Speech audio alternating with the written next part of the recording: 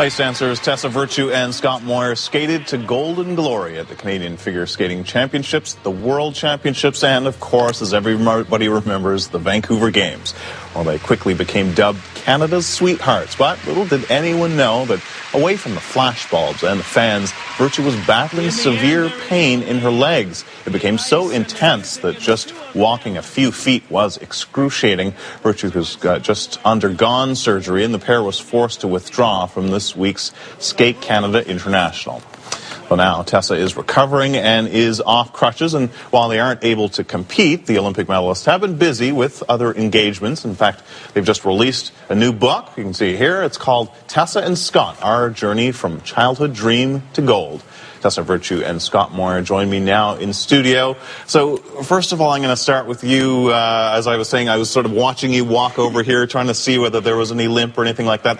How are you feeling, and how hard was it for you to miss out on the championships just now? Well, it was certainly disappointing to not be there on the ice. We were there to support our Canadian teammates, and they did phenomenally well. I've got the walk down. I ditched the crutches, like you said, so that feels great. And I think what I'm most looking forward to is getting a chance to build up my endurance and work out and do that conditioning off the ice before I step back on the ice. Something the last couple of years I wasn't able to do because so much of the focus was on ice and sort of saving my legs, so to speak. Now, you're still working out, right? Last time she went through the surgery, you infamously had to practice with the hockey sticks and the sandbag. What are you doing right now to practice? Well, I haven't quite got back into the sandbags or hockey sticks yet, but we're building up. I'm just trying to keep in shape, and it's tough to replace Tessa, but I try my best to just stay fit and stay on my toes. All right. Now, we remember the Olympic performance. Everything seemed great. I mean, it was all smiles. It was a beautiful performance. But underneath, I mean, there was an incredible amount of pain going on. Tell us what was wrong and how bad was it? Well, I felt pain in both my shins and my calves. It was almost constant, both on and off the ice, and certainly it was more aggravated when we were skating. But with a great team, I mean, our coaches were so supportive, and we sort of created programs around that, and we were able to push through. I mean, the Olympics was actually the easy part because there was so much adrenaline, so much excitement, and, you know, so many good things have come from that. And even this surgery now, it does give us a chance to do things like this and promote the book we're so proud of. So, you know, we're seeing it as a good thing, and we're trying to stay optimistic. But, I mean, you're not giving the full extent of the pain here. I mean, you were at one point, I think, you know, assessing how far the walk was from, you know, the athletes' village to the canteen because it was so painful. Tell me a bit more about that.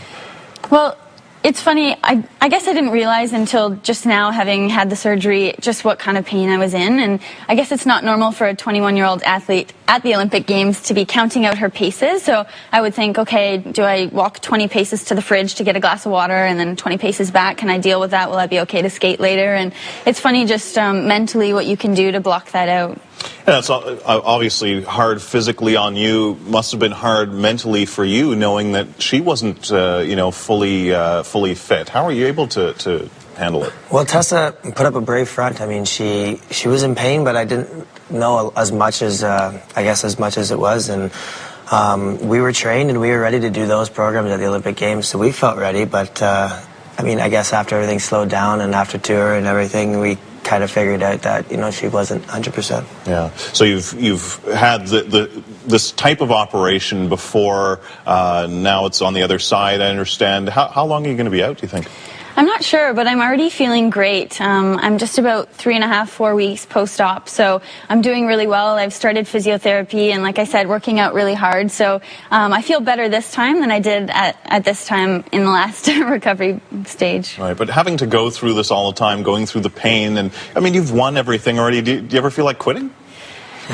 No, you know, this is the good part. I think knowing that there's a solution and the prospect of skating pain-free is what's keeping me going, and I'm so excited to do that. All right, so listen, I want to talk a bit about the book here. Tell us, why did you decide to write this? Maybe you can tell me a bit more about that. Well, it's, I think, as you said, everybody always sees the smiles, and that's just more so our story of how we've grown up together and some of the challenges we've had to face. And luckily we were able to work with Steve Milton, who's a fabulous writer, and he was really able to tell our story the way we remembered it. And it's just so accurate, and it's us, so we hope people enjoy it. And what do you think young skaters can take out of this, looking at your stories, for example? Well, we've been through so much, and we're a success story, but, you know, I think the book sort of depicts all the highs and the lows and what's going on behind the scenes a little bit. So it's nice to get a glimpse in, and the pictures sort of reflecting from day one beyond Vancouver. Hopefully it's inspiring for children. Now, I was looking at it, I was struck by one line where you said Canadians skate differently. I'm curious, what does that actually mean?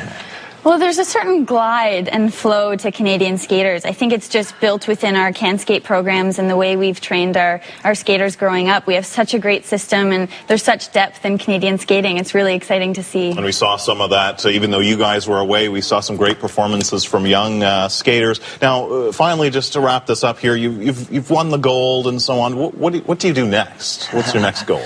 Hopefully win a couple more. Tessa and I have always said, you know, we'll know when it's time to retire and move on, or maybe go to pro skating or what have you, but we're still hungry. We want to compete, and we want to do different programs, and we want to be more versatile. So we'll see. We don't really know, but we're going to get back and get healthy and compete. All right, well, congratulations and all the best with your recovery. Thanks so much. Thank you. Scott Moir and Tessa Virtue.